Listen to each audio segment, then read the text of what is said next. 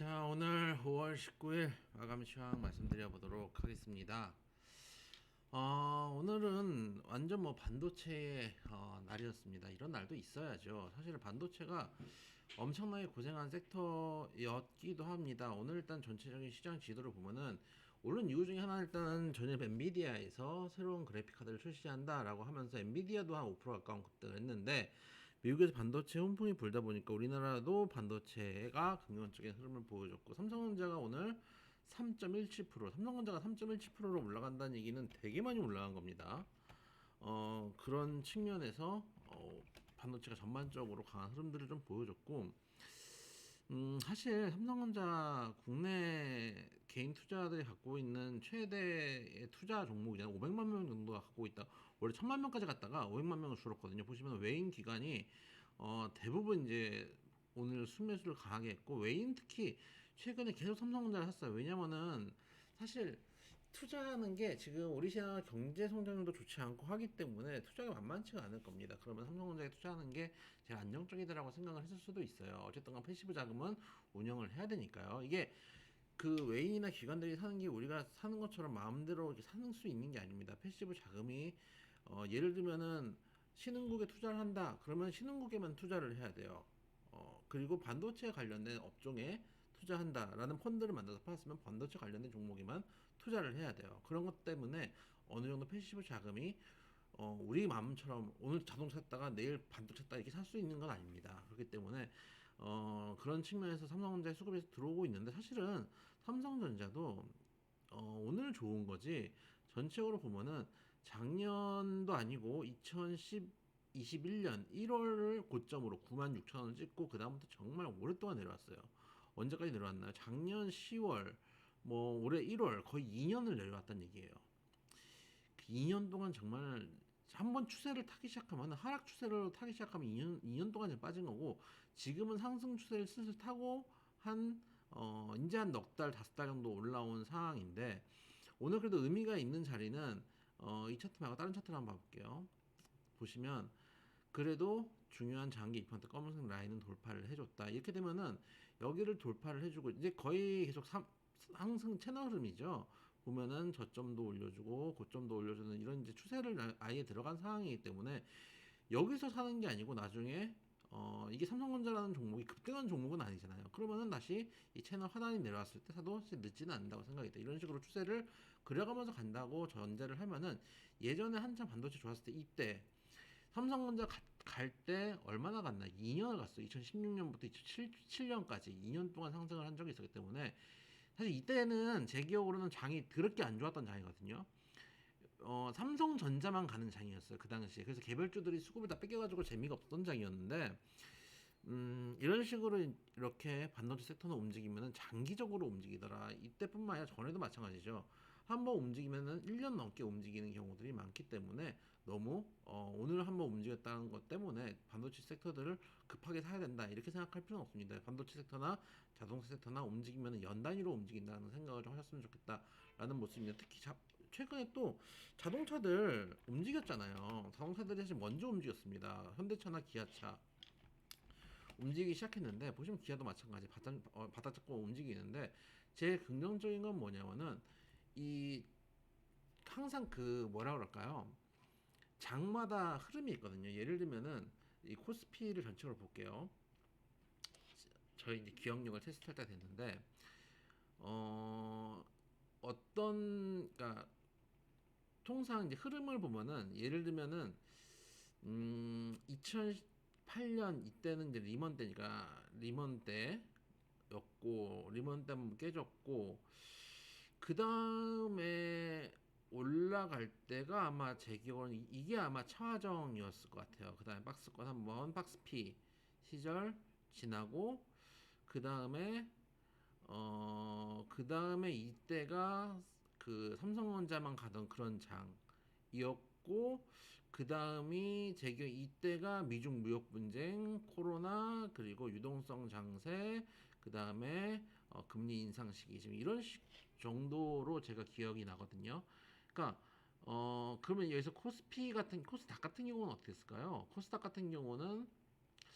코스닥 같은 경우에 또 한번 내려놔 보면은 코스닥 같은 경우는 역시 마찬가지로 이번 때 한번 깨지고 차화정 장세라고 그때 말씀을 드렸잖아요. 그 다음에는 사실은 코스닥은 올라올 때 보면은 코스피만큼도 제대로 못 올라왔어요.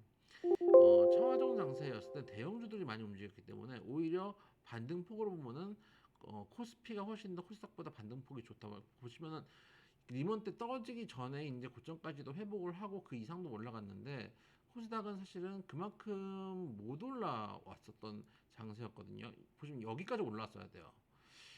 근데 그까지 못 올라가고 한참 횡보하다가 이때부터 움직이죠. 이때가 이제 바이오 장세입니다. 2015년 바이오 장세고 17, 18 역시 마찬가지 다 바이오 장세입니다. 이때 중간에 이때가 바이오랑 남북경협조 같이 움직일 때고 그 다음에 마찬가지 미중 무역 분쟁, 코로나, 유동성 장세, 금리 인상 시기 대충 이제 이런 그 시기였던 것 같아요. 뭐 코스피가 차화정으로 움직일 때 그리고 반도체로 움직일 때 각 섹터들마다 특징이 있었고 또 그전 섹터 그전에는 친환경으로 태양광들만 움직이던 그런 장세도 있었고 이 전체 섹터들이 사실은 굵직굵직한 섹터들이 많지는 않았어요. 그러니까 우리가 뭐 로봇 테마다 뭐 무슨 테마다 무슨 테마다 하지만 테마는 테마고 섹터라고 하면은 최소한 장기적으로 움직여야 되거든요. 최근에 어떻게 보면은 최근 장세는 우리가 이제 유동성 반등 장세라고 할 수 있지만 나중에 이제 지나서 보면은 이런 장세들, 이런 장세 코스피를 볼까요? 코스닥도 마찬가지 반등 장세라고 하면은 음 아마도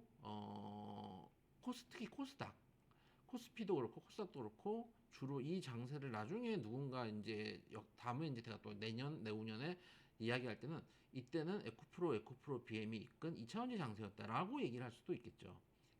그게 이제 사실은 꽤 길게 한 4개월, 5개월 정도 되는 장세였습니다. 근데 아까도 보여드렸지만 차정 장세라든지 반도체 장세라든지 이런 건 한 2년, 3년씩 움직이는 경우들이 많이 있거든요. 사이클 좀 길게 움직이는 경우도 있기 때문에 오늘 뭐 좀 움직였다고 해서 너무 급하게 생각할 필요는 없다라고 생각을 하셔도 되겠다. 그래서 제 생각에는 이번에 만약에 여러 가지 전제가 있어야 됩니다. 일단 미국의 경기 침체가 생각보다 크게 나오지 않는다. 그럴 가능성은 꽤 있어 보여요. 왜냐? 경기 침체에서 가장 큰 문제 중에 하나는 결국 실업률인데 전 세계 공장을 빨아들이고 있는 미국의 입장에서 경기 침체가 어쨌든 금리 인상 때문에 오더라도 소프트하게 끝날 가능성이 있다는 거는 꽤 확률이 높은 가능성이라고 생각합니다. 그런 전제 하나. 거기다 아시아 시장이 무너지지 않아야 되겠죠. 니케이는 지금 일본 경기는 상당히 좋은 상황이고 신고가를 돌파하고 있는 상황인데 비해서 중요한 건 우리나라에서 문제가 터질 수 있습니다. 우리나라 지금 경기가 상당히 안 좋은 상황이고 경기 성장률이 선진국보다 좀 떨어지고 있는 상황이고 무역 수지가 계속 안 좋아지고 있는 상황이고 중국과의 관계는 안 좋아지고 있는 상황이기 때문에 우리나라에서 문제가 터질 수도 있어요. 그래서 아시아의 복병은 축구의 복병도 우리나라지만은 경기의 침체의 복병도 우리나라가 될 수도 있다라는 거 하나. 그러니까 그게 아니어야 된다는 거죠. 일단 미국에서 경기 침체가 소프트하게 일어나고 혹은 노랜딩 얘기도 한때 나왔었지만 지금은 노랜딩까지 얘기 안 나오는데 소프트 랜딩 정도 하고 우리나라가 경기가 개박살이 안 나고 그 다음에 미중 무역 분쟁이 극단적으로 치우치지 않았을 때 어제 제가 뉴스를 봤는데 키신저 외무장 그 장관이 5년에서 10년 안에 미국과 중국 간에 제3차 대전이 일어날 수도 있다는 얘기가 나왔는데 대만을 중심으로 한 정말로 총성이 왔다 갔다 하는 사태가 벌어지지 않는다고 가정을 했을 때 이 세 가지 가정을 했을 때 미국이 경기 침체가 소프트 우리나라가 박살이 안 난다고 전제 우리나라 박살이 나면은 삼성전자가 나발이고 무슨 소용이 있습니까? IMF 때 다 떨어지잖아요. 그거는 좋은 기업 나쁜 기업이 없는 겁니다. 그래서 우리나라 경기 침체가 오지 않는다고 경기 침체가 오겠죠. 지금도 경기 침체 상태죠. 근데 박살이 안 난다 정도의 상황이 되고 중국과 미국 간에 여기서 더 이상 확전되지 않는다고 했을 이 세 가지 전제가 충족된다면은 자동차는 갈 것 같아요. 자동차는 갈 섹터고 항상 말씀드린 자동차는 갈 섹터입니다. 자동차하고 반도체가 함께 어울려지는 전체 상세가 이루어질 수도 있다. 항상 위기의 기회가 될 수도 있거든요. 지금도 우리가 조마조마하고 있지만 지금이 기회가 될 수도 있다고 생각됩니다. 아까 세 가지 경우의 수 중에서 제일 위험한 거는 두 번째죠. 미국의 경기 침체가 소프트할 가능성은 상당히 높다고 생각이 되고, 아까 이유는 말씀드렸지만 일자리가 튼튼하기 때문이죠. 고용이 튼튼하기 때문이고, 미국하고 중국도 조절할 수 있죠. 머리에 똥이 든 게 아니라면은 정말 미사일이 왔다 갔다 하는 상황까지 극한까지 갈까라는 생각이 있고, 여기서 만약에 우크라이나와 러시아의 전쟁이, 특히 러시아의 저는 우크라이나와 러시아의 전쟁에서 개인적으로는 우크라이나에 응원하는 입장이고, 그래야지 러시아가 만약에 우크라이나를 밀고 승리를 했다, 전쟁에 승리를 했다 그러면은 그걸 보고 중국이 대만을 밀 가능성이 있는데, 이런 식으로 어떻게 보면은 꾸역꾸역 러시아 엄청나게 힘이 빠져 있는 상황 아닙니까? 이걸 보면서 중국도 대만을 정말 무력으로 침범하기 힘들겠다라는 경고를 주는 시그널일 수도 있거든요. 그렇기 때문에 우크라이나 전쟁이 만약에 우크라이나가 어느 정도 우세한 상황에서 종전이 된다면은 그건 새로운 상승 모멘텀이 될 수 있기 때문에 1번과 3번의 경우에서는 어, 생각보다 잘 지나갈 수도 있어요. 물론 우려가 터지면 큰 우려죠. 중국하고 저기 미국하고 미사일 한 발씩만 쐈다고 생각해 보세요. 주식 다음날 전부 다 그냥 폭락이 전 세계가. 근데 문제는 2번. 우리나라가 경기가 크게 부러지지 않는다는 전제가 이게 좀 쉽지 않을 것 같아요. 왜 그러냐면 무역 수지가 계속 안 좋아지는 상황이고 경상 수지도 지금 흑자 겨우 달성하고 있는 상황인데, 이거를 해결해야 되는 거는 정부인데 지금 정부를 모르겠어요. 저는 지금 잘 신뢰가 안 가거든요. 그래서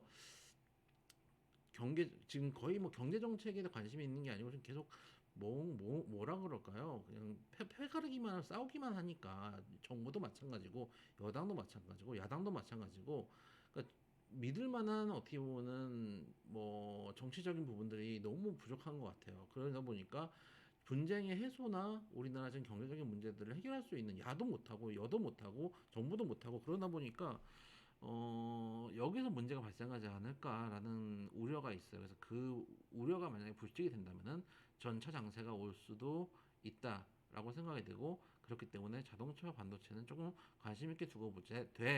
하루 올랐다가 우리 너무 흥분할 필요는 없다. 반대로 생각해 보면은 현대차, 기아차 같은 경우도 반등을 세게 했죠. 지금 뭐 기아는 정말 반등 세게 한 거고, 현대도 볼까요? 현대차도 사실 반등 꽤 세게 했습니다. 작년 말부터 반등을 해서 꽤 세게 했는데, 하루 양봉 봤을 때, 야, 씨, 현대차가 이렇게 한다고 했는데, 이것도 쏘다가 결국은 눌림목 줘요.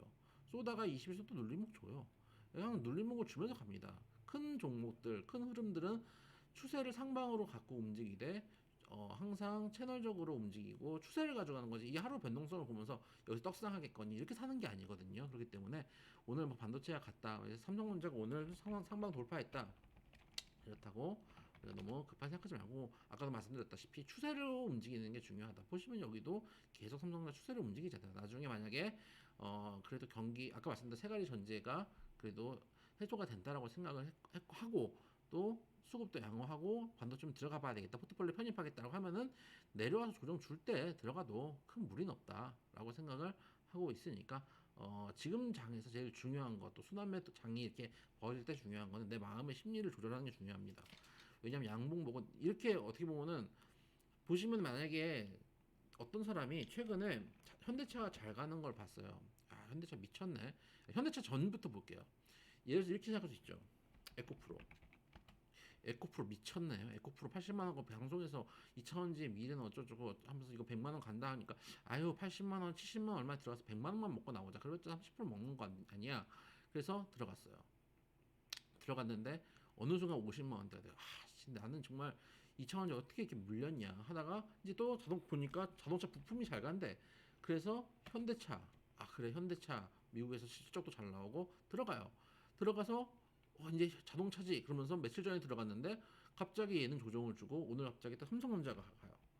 이게 쫓아다니다 보면은 미친다니까요. 사실은 순환매양이 계속 돌고 있는데 나는 계속 뺑뺑이만 도는 거예요. 근데 반대로 그냥 어떻게 보면 꾸준하게 삼성전자 그냥 아유씨 배당 수익이나 내지 뭐 이렇게 갖고 있는 사람들은 어느 순간부터 바닥 잡고 조금씩 손실이 있더라도, 제일 매물대가 두꺼운 데가 8만 원대이기 때문에 개인 투자자들이 제일 많이 있고 물도 많이 타셨던 데가 이 자리예요. 평단위 대충 오랫동안 갖고 계셨던 분들은 8만 원대라 9만 원대까지 잘 없고 물도 타고 하셨기 때문에 8만 원대에서 7만 원 후반이 많으실 거예요. 그러면은 아유 대충 뭐 배당 주가권이라고 했으면 오히려 안정적으로 계좌는 올라오고 있을 수도 있어요. 그런 측면에서 지금 같은 순환매 장세가 있을 때는 심리를 가장 잘 다스리는 게 중요하다라는 것도 한 번 더 말씀드려 보도록 하겠습니다.